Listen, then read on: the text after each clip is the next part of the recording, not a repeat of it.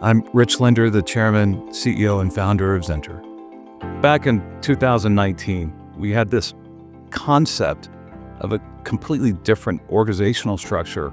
Our medtech industries had been built on the principles of mechanical engineering, material science, and we've done great things with those technologies. But the future is more of semiconductor, wireless systems, software, cloud, AI, data analytics.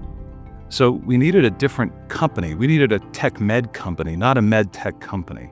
One that enabled us to build the products of the future and do it more in an integrated fashion, where the teams would work together, led more by the technology teams than the traditional mechanical engineering teams.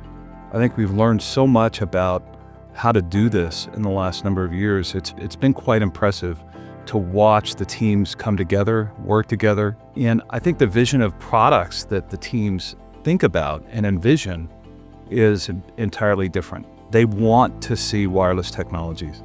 They want to see AI and new clinical decision tools that are developed based on these large, complex data sets. But we haven't had a chance previously in our industry to even think about these things, because all of our devices are very connected. They're cabled up, they're wired up. There's a lot of capital equipment, machines that are wheeled in and out of the cardiac cath lab and the radiology lab, and we're changing that. We coined the phrase, we created the structure, we created the philosophy of TechMed.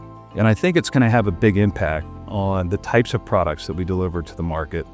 And the impact on patient care is what we're really trying to achieve through truly innovative, connected wireless technologies that are very different from the technologies we've had in the past. Today in our lab, we use echocardiography to assess for aortic insufficiency. That means once we've implanted the valve, we have to move the echo machine in, we have to move the eye out, bring our technician in, look. It takes 5 minutes or so. And we have to have a technician and a machine idling through the procedure. We can now just uncover the sensors and look at what's going on, make a definitive decision about what's happening, and be done with the procedure. That improves workflow and all the efficiencies that we like in a procedure, especially the TAVR procedures now, which are numerous in many institutions. Hi, I'm Dr. Bill Gray. I'm the System Chief of Cardiovascular Services for Mainline Health, just outside Philadelphia. Professor of Medicine at Thomas Jefferson University, also in Philadelphia. I'm an interventional cardiologist by training, doing lots of research through the years in coronary, vascular, and structural heart disease. The XAR index that we hope to be able to refine the existing indexes using the pressure sensors on the wire and applying an overlay of artificial intelligence, which will allow us to not only instantaneously look at the ratios that we're interested in, but also to further refine the assessment by looking at the waveforms, their slopes, and some other things. Before we go to the clinic, we're already today looking at modeling that through the Harvey system. The Harvey system is a brilliant system that Dan Burkhoff at Columbia has come up with and fed data in for decades, and can really tune different parameters and look at things like heart rate, contractility, volume, stenosis, and aortic insufficiency, and put all those things together. And we can very quickly run thousands of simulations to understand what we should expect to see in humans.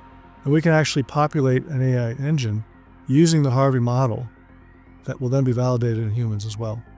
So we believe that the combination of TechMed, being able to measure pressure on a wire, where the wire is really meant to deliver a catheter, having instantaneous feedback with that pressure, having pre-existing modeling of the pressure expectations, and then being able to predict with high negative predictive value whether or not aortic insufficiency is present, is the dream of XAR.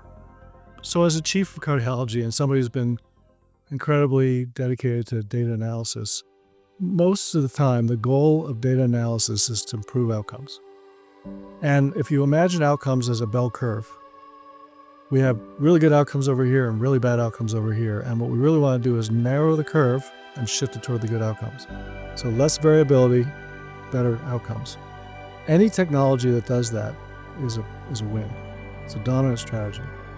And I believe the Xenter and the AI marriage of medical technology and technology with medicine is kind of the dream, right? So now we democratize, if you will, the application of the technology. The guy in in Pittsburgh is not scratching his head thinking whether he got it right. And the guy in Philadelphia knows he got it right, but can't talk to the guy in Pittsburgh.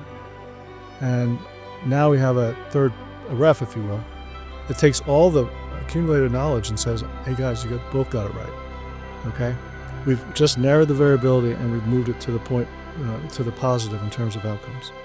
That, I think, is kind of where we're all headed and what the goal is.